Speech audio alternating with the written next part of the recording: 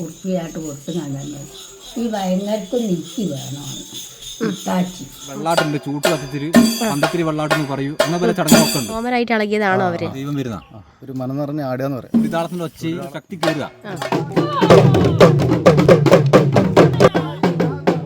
കുന്നും നല്ല മലകളുണ്ടല്ലോ, കാടും നല്ല പടലുകളുണ്ടല്ലോ, തോടും നല്ല പുഴകളൊക്കെ തോന്നിക്കണ്ടെങ്കിരുന്ന നേരത്തുണ്ടല്ലോ. നാക്കാലി ഇരുകാലി പല ജാതികളൊക്കെയും ജാതികളൊക്കെയും തോന്നിക്കാണാൻ നേരമായല്ലോ. നമ്മൾ മലയാളികൾക്ക് ഏറ്റവും കൂടുതൽ ഇഷ്ടമുള്ള ഒരു കാര്യമാണ് കാവുകുളം. അത് കേൾക്കാനും കാണാനും ഇഷ്ടപ്പെടാത്ത ആരാളുള്ളത്? അങ്ങനെ ഒരു സ്ഥലത്തേക്കാണ് ഞാൻ നിങ്ങളെ ഇന്ന് കൊണ്ടുപോകുന്നത്. കോഴിക്കോട് ജില്ലയിലെ പുല്ലാളൂർ എന്ന സ്ഥലത്താണ് ഞാനിപ്പോൾ ഉള്ളത്. Hello guys, welcome back. അപ്പം ഞാൻ ഇന്നൊരു പുതിയൊരു വ്ളോഗായിട്ടാണ് വന്നിരിക്കുന്നത്. എൻ്റെ നാട്ടിൽ തന്നെയുള്ള ഒരു കാവാണ്. അപ്പോൾ ആ കാവിൽ ഒരുപാട് പ്രത്യേകതകളുണ്ട്. അപ്പോൾ അവിടുത്തെ ഓരോ ആചാരങ്ങളൊക്കെ കാണിച്ചു തരാൻ വേണ്ടിയിട്ട് ഒരു കുഞ്ഞു വ്ളോഗാണ് ചെയ്യാൻ പോകുന്നത്. അപ്പം ഇതാണ് അമ്പലത്തിലേക്ക് പോകുന്ന വഴി. എൻ്റെ വീട്ടിൽ നിന്ന് ഒരു അരമണിക്കൂറിൻ്റെ ഉള്ളിലുള്ള യാത്രയേ ഉള്ളൂ. അപ്പം ഞാനിപ്പോൾ വഴിയിലെത്തിയിരിക്കുകയാണ്. വണ്ടിയൊക്കെ ഒരു വീട്ടിൽ പാർക്ക് ചെയ്തിട്ടുണ്ട്. ഇതാണ് കേട്ടോ വഴി വരുന്നത്. ചെറിയ കുഞ്ഞു കയറ്റാണുള്ളത്. ആ കയറ്റം കയറിയിട്ട് വേണം പോവാൻ. മുടിയൊക്കെ കണ്ടില്ല, ഉണങ്ങിയിട്ട് പോലുമില്ല. അമ്മ ഇങ്ങനെ വീടിനടുത്ത് ഉത്സവം ഉണ്ടെന്ന് പറഞ്ഞപ്പോൾ ഒന്നും നോക്കിയില്ല, പെട്ടെന്ന് വണ്ടി എടുത്ത് പോയാൽ ചെയ്തത്. നമുക്ക് എന്തായാലും ലേറ്റ് ആവാണ്ട് നേരെ അമ്പലത്തിലേക്ക് പോവാം. ഞാനിപ്പം പോകുന്ന കാവിൻ്റെ പേര് ശ്രീ ഗുരു മുത്തപ്പൻ ഭഗവതി കാവ് എന്നാണേ. അപ്പോൾ കാവിലേക്ക് പോകുന്ന വഴി ഇങ്ങനെ കയറി പോകുമ്പോൾ തന്നെ നിങ്ങൾക്ക് മനസ്സിലാവും ഈ കാവുള്ളത് ഒരു മലയുടെ മുകളിലാണെന്നുള്ളത്. കാവിൻ്റെ മുന്നിലായിട്ട് പന്തലൊക്കെ കെട്ടിയിട്ടുണ്ട്. എനിക്ക് തോന്നുന്നു അവിടെ വെച്ചിട്ടാണ് ഭക്ഷണത്തിന്റെ കാര്യങ്ങളൊക്കെ ചെയ്യുന്നതെന്ന്. അമ്പലത്തിൽ വരുന്നവരോട് എനിക്ക് പറയാനുള്ളത്, 2 വീലർ ആണ് എടുക്കുന്നതെങ്കിൽ നമുക്ക് മല വരെ മുകളിലേക്ക് കൊണ്ടുവരാൻ പറ്റും. 4 വീലർ ഒന്നും നമുക്ക് മലയുടെ മുകളിലേക്ക് കൊണ്ടുപോകാൻ പറ്റില്ല, നടന്നു കയറണം. ബസ്സിനും കാറിനും വരുന്നവർക്ക് മലയുടെ മുകളിലേക്ക് ആകെ 5 മിനിറ്റ് ദൂരം മാത്രമേ ഉള്ളൂ. ഗൈസ്, അങ്ങനെ ഞാൻ എത്തി അമ്പലത്തിലേക്ക് കയറാൻ പോവുകയാണ്. കയറി പോകുന്നതിന്റെ 2 ഭാഗത്തും മതിലായിട്ടും 100 കലക്കി ഒഴിച്ചിട്ടുണ്ട് കേട്ടോ. ഇത് കാണുമ്പോൾ തന്നെ ഒരു പ്രത്യേക ഭംഗിയാണ്. നമ്മളിപ്പോൾ കാണുന്ന പല അമ്പലങ്ങളിലും ഇത് കാണാറില്ല. ഇത് കാവുകളിൽ മാത്രം കാണുന്ന ഒരു പ്രത്യേകത തന്നെയാണ്. ഇങ്ങനെ ചെയ്യുമ്പോൾ കാവുകൾ കാണാൻ ഒരു പ്രത്യേക ഭംഗിയാണ്. അത് പറയാതിരിക്കാൻ പറ്റില്ല. ഭയങ്കര പോസിറ്റിവിറ്റിയാണ്.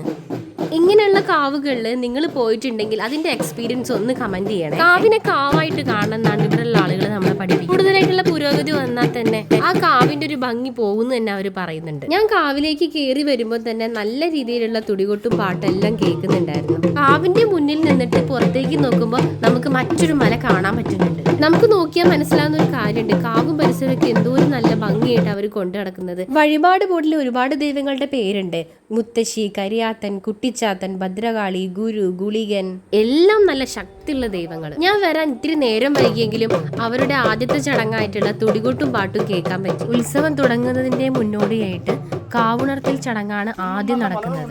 തുടികൊട്ടുന്നതിന്റെ ഇടയിലായിട്ട് അവരുടെ ഫാമിലി തന്നെയുള്ള 2 സ്ത്രീകൾക്ക് കോമരളകി. ഇതിലൊരു അമ്മയ്ക്ക് 65 വയസ്സിലധികം പ്രായമുണ്ട്. എന്നിട്ടും അവർ തുടിക്കനുസരിച്ച് താളം വെക്കുന്നുണ്ടായിരുന്നു. അതിലൊരു അമ്മ എൻ്റെ അടുത്ത് വന്നിട്ട് തെറ്റില് കൂറിയൊക്കെ തൊട്ടു വന്നു.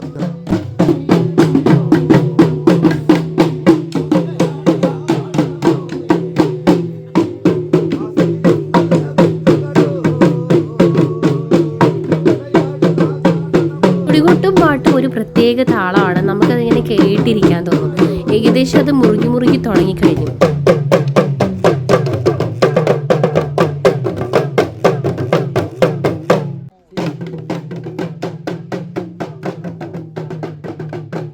ഞാൻ നിങ്ങളെ കാണിക്കാൻ പോകുന്നത് എൻ്റെ ക്യാമറയിൽ അപ്രതീക്ഷിതമായിട്ട് പെട്ടുപോയൊരു കാര്യമാണ്. ആൾക്കിത് സംഭവിക്കുമെന്ന് എനിക്ക് യാതൊരു ഐഡിയ ഉണ്ടായിരുന്നില്ല. നോർമൽ ഒരു മനുഷ്യനെ പോലെ നിന്ന് പെട്ടെന്ന് ആളുടെ രീതികളും ആളുടെ ശരീരപ്രകൃതമൊക്കെ മാറുന്നത് കണ്ടപ്പോൾ ഞാൻ അത് ഞെട്ടിപ്പോയി.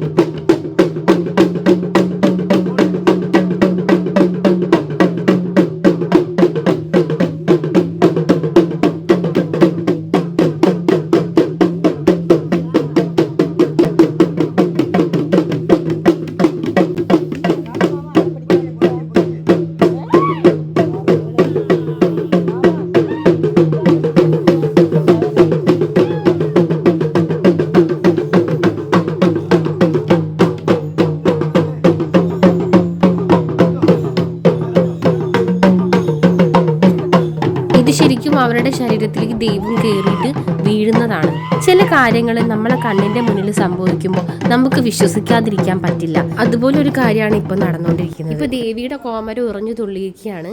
ഫസ്റ്റത്തെ ചടങ്ങായിട്ടുള്ള കാവുണ്ടത്തിൽ ചടങ്ങ് ഇവിടെ കഴിഞ്ഞിട്ടുണ്ട്. അപ്പോൾ അവർ തുടിയൊക്കെ എടുത്ത് വെക്കുന്നുണ്ട്. അപ്പോൾ തുടിക്ക് കൊട്ടാൻ വേണ്ടിയിട്ട് അവർ തുടങ്ങുമ്പോൾ തന്നെ അവർ കുറച്ച് കാര്യങ്ങളൊക്കെ നീതിച്ചിട്ടുണ്ടായിരുന്നു. അപ്പോൾ അതൊക്കെ എടുക്കുന്നുണ്ട്. ഇളനീര്, അരി, പൂവ്, അങ്ങനെ കുറച്ച് കാര്യങ്ങൾ, ദ്രവ്യങ്ങളൊക്കെ ഉണ്ട്. ദൈവത്തിന് വേണ്ടി അർപ്പിച്ച ഇളനീര് അവർ എടുത്ത് കുടിക്കുന്നുണ്ട്. എല്ലാവരും കുറച്ച് എടുത്ത് പ്രസാദം പോലെ കഴിച്ചുകൊണ്ടിരിക്കുകയാണ്. തുടിയെക്കുറിച്ചും കാവിനെക്കുറിച്ചും അറിയാനുള്ള ആഗ്രഹം കൊണ്ട് ഞാൻ അവരോട് തന്നെ കുറച്ച് കാര്യങ്ങളൊക്കെ ചോദിച്ചു. ചേട്ടൻ്റെ പേരെന്താ? അതെ ചേട്ടാ, ഞാൻ ഇപ്പൊ വന്ന പാടെ തുടി കൊട്ടുന്നാണ് കേട്ടത്. എന്താണിത്? ഇതിപ്പോൾ തുടി കൊട്ടുകയാണെന്നുണ്ടെങ്കിൽ കാവണട്ടുക എന്നുള്ളതാണ്. ഉത്സവം നടക്കുന്ന സ്ഥലത്ത് തുടക്കം തുടിയാണ്. അപ്പോൾ തുടിവാദ്യം ദേവനിഷ്ഠവാദിയാണ് തുടി. അപ്പോൾ കാവണർത്തുമ്പോൾ തുടിയാണ്. തുടി കൊട്ടിയിട്ട് കാവുണർത്തുക എന്നുള്ളൊരു ചടങ്ങാണ്. അപ്പൊ എന്താണ് ഇതിൽ ഉദ്ദേശിക്കുന്നത്? എന്താ? ദേവനെ വിളിച്ച് ദേവസ്ഥാനത്തേക്ക് കുടിയിരുത്തുന്ന ഒരു ചടങ്ങാണ്. തുടങ്ങുന്നതിൻ്റെ ഒരു മുൻപായിട്ടുള്ള രാവിലെ ചെയ്യേണ്ട ഒരു പ്രധാന ചടങ്ങ് തന്നെയാണ്. അപ്പൊ എന്തെങ്കിലും നേദിക്കുക അല്ലെങ്കിൽ അങ്ങനെയൊക്കെയാണോ? നേദ്യങ്ങൾ അത് പൂജ ചെയ്യും. പൂജയോടുകൂടെ തുടങ്ങിയിട്ട്. അപ്പൊ ഈ സ്ത്രീകളൊക്കെ ഇങ്ങനെ കോമനായിട്ട് ഇളകിയതാണോ അവര്? ദൈവം വരുന്ന അതിപ്പോൾ എങ്ങനെയാണെന്ന് വെച്ചാൽ ഇതന്നെ അവരിപ്പം വ്രതം എടുത്തിട്ട് നോൻപ് പോയിട്ട് നിൽക്കുന്ന ഒരു ഇതാണല്ലോ ഉത്സവം എന്നുണ്ടെങ്കിൽ. ഓരോ ദേവസന്നിധിയിൽ എന്താ പറയാ, ഒരു മനം നിറഞ്ഞ ആടുകയെന്ന് പറയാം. അങ്ങനെ എനിക്ക് പറയാൻ അറിയുള്ളൂ. അപ്പോൾ ഇത് വ്രതങ്ങളൊക്കെ എടുത്തിട്ടാണ് നോൻപെടുത്തതിന് ശേഷമാണല്ലോ ഉത്സവം. അപ്പോൾ ഈ തുടി കൊട്ടുന്നത് എല്ലാവരും വ്രതം എടുത്തിട്ടാണോ? തുടി കൊട്ടുന്നത് നോൻപ്. ഞങ്ങൾക്ക് നോൻപായിട്ട് അങ്ങനെയല്ല. ഞങ്ങൾ പിന്നെ ഓരോ കവകളിലും പോണതാണ്. ഞങ്ങൾ വാദിക്കാറാണല്ലോ. ആ, ഇനിയിപ്പോൾ ഇത് കഴിഞ്ഞാൽ പിന്നെ അടുത്ത ചടങ്ങ് ഏതാ വരുന്നത്? ഇനിയിപ്പോൾ ചെണ്ടയിൽ ഒരു മേളം കൂട്ടി കാവണർത്തും. അപ്പോൾ പൂർവ്വകാർ ചെയ്തു പോരുന്നതാണ്. ഇപ്പൊ തലമുറ കൈമാറി ഇപ്പൊ ചെറുപ്പക്കാരെ വന്നത്. ഒരു കുട്ടി നിങ്ങളെ കൂടെ തലമുറയിലേക്ക് എത്തിക്കഴിഞ്ഞു. അതല്ല, തലമുറ ഞങ്ങൾക്ക് മുൻപായിട്ട് ഒരുപാട് പ്രായമുള്ള ആളുകളെ കൈകാര്യം ചെയ്ത് പോകുന്ന കാര്യങ്ങളായിരുന്നു. അപ്പോൾ ഞങ്ങൾക്ക് ഇത് പഠിക്കണമെന്നുള്ള താല്പര്യം വന്ന് അങ്ങനെ ഞങ്ങളുടെ ആശാനാണ് മടവൂർ ബാബു മടവൂര്, പിന്നെ അനിൽകുമാർ പിലാശ്ശേരി, പിന്നെ ദിലീപ്, അങ്ങനെ ആളുകളുണ്ട്, കുറെ പേരുണ്ട്. അപ്പൊ നിങ്ങൾക്ക് ആശാന്മാരൊക്കെ ഉണ്ട്. അപ്പൊ അവരെ കയ്യിൽ നിന്നാണ് കൈമാറി വന്നത്. തുടിന്റെ താളത്തിലൊരു പാട്ട് പാടുന്ന കേട്ടു. അതെന്താണ് സംഭവം? എന്തൊക്കെയാ അതിൽ പറയുന്നത്? ഓരോ ദേവനും തോറ്റങ്ങളും പാട്ടുകളും ഉണ്ട്. അതായത് ഇപ്പോൾ ദേവിക്ക്, ഭഗവതിക്ക് കാളിപ്പാട്ട് എന്ന് പറഞ്ഞ പാട്ടുണ്ട്, ദേവിക്ക് പാട്ടുണ്ട്, കുട്ടിച്ചാത്തിന് തോറ്റുണ്ട്, പിന്നെ അതേപോലെ ഗുളികന് തോറ്റുണ്ട്. പിന്നെ ഓരോ ദൈവങ്ങൾക്കും ഓരോ ദേവനും ഓരോ രീതിയിലുള്ള തോറ്റങ്ങളും പാട്ടുകളും. തോറ്റംപാട്ട് എന്നാണോ പറയാ? വിളികൾ വേറെ ഉണ്ട്. അപ്പൊ ഇവിടെ എന്താ മെയിൻ ആയിട്ടുള്ള ദൈവം ഏതാണ്? ഒരു പ്രതിഷ്ഠ ഭഗവതിയാണ്. ഭഗവതിനാണ് നിങ്ങൾ ആദ്യമായിട്ട് വിളിക്കുന്നത്.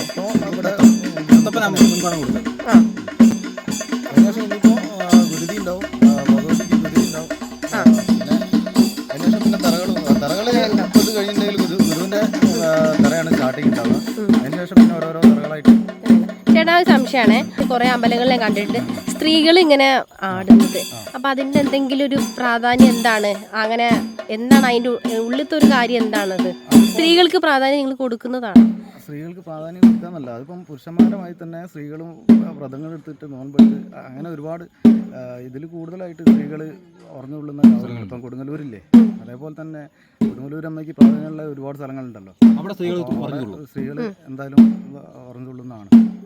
പല സ്ഥലത്തേക്ക് പല രീതിയിലാണ് മാത്രം. ചില ഭാഗത്തേക്ക് കുറവായിരിക്കും, ചില ഭാഗത്തേക്ക് കൂടുതലായിട്ടുണ്ട്. ഞങ്ങൾ വേറെ ഒരുപാട് കാവുകളിലൊക്കെ പോകുമ്പോൾ അവിടെ ഒരുപാട് സ്ത്രീകൾ ഉറഞ്ഞുകൊള്ളുന്ന ആയിട്ടുള്ളത്. എന്തെങ്കിലും മന്ത്രങ്ങൾ അവർ ജപിക്കുന്നുണ്ടോ, അല്ലെങ്കിൽ ജസ്റ്റ് അവർ പ്രാർത്ഥന മാത്രമാണോ?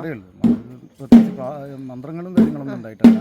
ഓരോ പ്രാർത്ഥനയോട് കൂടി പിന്നെ എടുക്കുന്ന വ്രതത്തിന്റെ ഒരു ഇതുകൊണ്ട് പിന്നെ ഈ തുടിതാളത്തിന്റെ ഒച്ച കേൾക്കുമ്പോൾ മൈൻഡ് മാറുക, പെട്ടെന്ന് ശക്തി കയറുക.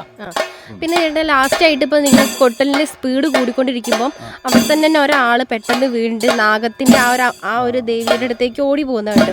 അപ്പോൾ അതെന്താ? അതും മന്ത്രങ്ങൾ എന്തെങ്കിലും ജപിക്കുന്നുണ്ടോ? അതും പ്രാർത്ഥന തന്നെയാണോ? ഇവിടുത്തെ മെയിൻ കോമരാണ്. പൂർണ്ണമാണെങ്കിൽ രാത്രി വരെ നിൽക്കണം. പാട്ടുണ്ട്, കാളിപ്പാട്ടുണ്ട്, ഭഗവതിത്തറ മുന്നേ. രാത്രി എത്ര മണി വരെ ഉണ്ട് ഇവിടെ? രാത്രി എത്ര മണി വരെ ഉണ്ട് ഇവിടെ? നാളെ നേരം വെളുക്കുന്ന വരെ ഉണ്ടാവും. അങ്ങനെയൊക്കെയാണ്. കൈമന് പിന്നെ ഇവിടെ കാവിലെ ആൾക്കാർ വെള്ളാട്ടുണ്ട്, ചൂട്ട് കത്തിച്ചിട്ട് പന്തത്തിരി വെള്ളാട്ടെന്ന് പറയൂ, അങ്ങനെ പല ചടങ്ങൊക്കെ ഉണ്ട്. ഇവിടെ മെയിൻ ആയിട്ടുള്ളൊരു ചടങ്ങ് എന്താണ്? മെയിനായിട്ട് താലപ്പൊലി തറ, താലപ്പൊലി തറ. അതാണ്. അപ്പൊ സ്ത്രീകളത് പുരുഷന്മാരൊക്കെ രാത്രി കുറച്ചുകൂടി അധികമായിട്ടുണ്ടാവും. അപ്പോൾ ഈ ഉത്സവത്തിന്റെ സമയത്താണ് കുറച്ചുകൂടി ശക്തി കൂടുന്ന സമയം. അതുകൊണ്ടാണ് ഈ തുടികൊട്ടും പാട്ടൊക്കെ അല്ലേ. ഇതിപ്പോ രാവിലെ ചടങ്ങാപ്പൊ കഴിഞ്ഞത്. നേരെ വിളിച്ചുണർത്തി പാട്ടോട് കൂടിയിട്ടും വിളിയോട് കൂടിയിട്ടും ഒക്കെ ചെയ്തതാണ് ഇപ്പോ. ഞാൻ നേരത്തെ മുമ്പ് ഒരു വീഡിയോ ഇട്ടിട്ടുണ്ടായിരുന്നു എൻ്റെ ചാനലില്. അപ്പോൾ കുറെ ആൾക്കാർ പറഞ്ഞു ഇത് ഫുള്ളും ചുമ്മാ തോന്നുന്നതാണ്, അത് അവര് ദൈവങ്ങളെ അങ്ങനെ എങ്ങനെ എന്നൊക്കെ കുറെ നെഗറ്റീവ് കമന്റ്സാണ് വന്നത്. അപ്പൊ അവരോട് എന്തെങ്കിലും പറയാനുണ്ടോ? ഉണ്ടായ ഒരു സംഭവമല്ലല്ലോ, പൂർവികന്മാരുണ്ടാക്കി വെച്ചൊരു സംഭവമാണ്. അത് നിലനിർത്തി പൂരല്ലേ, കാവുകളിലെ ചടങ്ങുകളൊക്കെ ഉത്സവമായാലും തെരയായാലും അതിലൊക്കെ എന്ത് തട്ടിപ്പ് പറയുന്ന ആൾക്കാരെ ചോദിച്ചറിയില്ലേ. പെട്ടെന്നുണ്ടായതല്ലോ, പണ്ട് കാലത്തേ പോകുന്ന സംഭവമാണല്ലോ. ഞങ്ങൾ പ്രത്യേകിച്ച് ഞങ്ങൾ ഈ കാവുകൾ അരിജനസിന്റെ കാവുകളിൽ പല സമുദായ കാവുകളിൽ പണ്ട് കാലത്ത് തെറായില്ലേ, കുടി കുട്ടി കൊണ്ട് അവിടുത്തെ കാരണവന്മാര് ചൂട്ട് കത്തിച്ചിട്ട് അവിടുത്തെ കളികളായിരുന്നു. പിന്നെ അത് പരിഷ്കരിച്ചതിന് ഈ തെറയാട്ടത്തിൽ തെറ വന്നു തുടങ്ങി കുറെ അങ്ങനെ ആയതാ. അല്ലാണ്ട് പണ്ട് കാലത്ത് തുടി കത്തുകൊണ്ട് തന്നെ കാവുകളിൽ ചടങ്ങ് നടന്നു പോകുന്നത്. തുടി കിട്ടുന്ന സമയത്ത് നിങ്ങളുടെ ഇടയിൽ ആർക്കെങ്കിലും ഇങ്ങനത്തെ ഒരു അനുഭവം ഉണ്ടായിട്ടുണ്ടോ?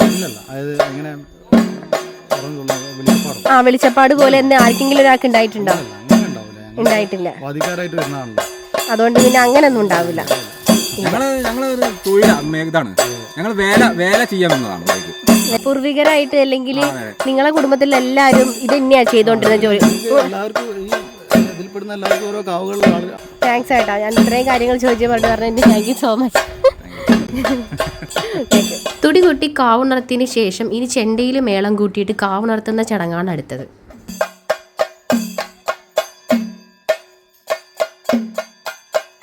ഗുരുമുത്തപ്പനാണ് ഇവിടെ മെയിൻ ആയിട്ടുള്ള സ്ഥാനം ഉണ്ടെങ്കിൽ നാഗകാളി അമ്മയ്ക്കും ഇതേപോലെ ഒരു പ്രത്യേക സ്ഥാനം കൊടുക്കുന്നുണ്ട്. എല്ലാ മാസവും ഒരു പ്രത്യേക ദിവസം ഇവിടെ പൂജ നടക്കുന്നുണ്ട്. കാര്യസാധ്യത്തിനായി പല നാടുകളിൽ നിന്നും പലരും ഇവിടേക്ക് വരുന്നു. ആളുകൾ കാര്യങ്ങൾ നടക്കാനായിട്ട് 20,000 10,000 ചെലവാക്കുന്നു.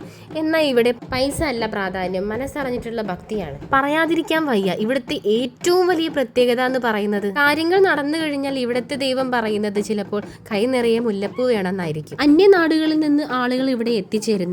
അവർക്ക് പറയാനായിട്ട് ഓരോരോ അനുഭവങ്ങളും ഉണ്ട്. നാഗശാപം മാറാനും കുട്ടികൾ ഉണ്ടാവാനും കേസുകൾ ഒത്തുതീർപ്പാവാനും എല്ലാവിധ വിഷമങ്ങളും മാറാനായിട്ട് ആളുകൾ ഇവിടെ പ്രാർത്ഥനയ്ക്കായിട്ട് എത്തുന്നുണ്ട്. ഇവിടെ എത്തുന്ന ഭക്തജനങ്ങൾക്ക് ചില ദിവസങ്ങളിൽ കാവിൽ നിന്നും വരുന്ന കുഞ്ഞു പാമ്പൻ കുഞ്ഞുങ്ങളെ വരെ കാണാറുണ്ട്. ഈ കാവും ഈ പരിസരവും ഇവിടുത്തെ ദൈവത്തിന്റെ ശക്തിയും ഒക്കെ അറിയാൻ വേണ്ടിയിട്ട് നിങ്ങൾക്ക് താല്പര്യം ഉണ്ടെങ്കിൽ എനിക്ക് ഉറപ്പായിട്ടും കമന്റ് ചെയ്യണം. സ്ഥലവും ഡീറ്റെയിലും ഉറപ്പായിട്ടും ഞാൻ വീഡിയോയുടെ താഴെ പിൻ ചെയ്യാം. കാവിലെ കുറച്ച് പുല്ലുകളൊക്കെ മാറ്റിയെങ്കിലും കാവിന്റെ ഭംഗി ഒരിക്കലും പോയിട്ടില്ല. പുല്ലുകൊണ്ടും സിമന്റ് കൊണ്ടും സ്റ്റെപ്പുകൾ പണിയാതെ തനതായ ഭംഗിയിൽ മണ്ണുകൊണ്ടാണ് അവരെല്ലാം ചെയ്തിരിക്കുന്നത്. കാവിലെ ഉത്സവാഘോഷത്തോടനുബന്ധിച്ച് തിറകളും വെള്ളാട്ടും വൈകുന്നേരങ്ങളിലേക്കാണ് വെച്ചിട്ടുള്ളത്. ഇത് ഞാൻ സെക്കൻഡ് പാർട്ടിൽ പെട്ടെന്ന് തന്നെ അപ്ലോഡ് ചെയ്യുന്നതായിരിക്കും. എന്തോ ഒരു ഭാഗ്യം എന്നതുപോലെ ഇവിടുത്തെ തറവാട്ടിലെ അമ്മേനോട് കുറച്ചു നേരം എനിക്ക് സംസാരിക്കാൻ പറ്റി. എന്നെ ആ അമ്മ നേരെ അവരുടെ വീട്ടിലേക്കാണ് കൂട്ടിക്കൊണ്ടുപോയത്. ഭർത്താവിന്റെ ഇതാരാ? ഒന്നുകൂടെ ചോദിക്കാം, അമ്മയുടെ പേര് ശരിക്കും എന്നോട് പറഞ്ഞേ. പെഴുമ്പ്രായി. പെഴുമ്പ്രായി. സ്കൂളിൽ നിന്ന് വിളിക്കണ പേര് ശ്രീദേവി. ശ്രീദേവി നല്ല പേര്. വിളിക്കൂല സ്കൂള്. സ്ത്രീകൾ ഇങ്ങനെ കോമരം തുള്ളുന്നതിന്റെ എന്തെങ്കിലും ഐതിഹ്യം ഉണ്ടോ? പഴയ എന്തെങ്കിലും അതിൻ്റെ ഒരു എന്താണ് അതിൻ്റെ ഒരു ഇത്? മുമ്പേ ഉണ്ട്. ഒരു മുത്തപ്പനും മുത്താച്ചിയൊക്കെ മുത്താച്ചി ഇങ്ങനത്തെ തൊണ്ടായും പോലെ വലിയ തൊണ്ട് എഴുന്നീട്ടുണ്ട്. അതിൽ വന്നാൽ നാലാണ്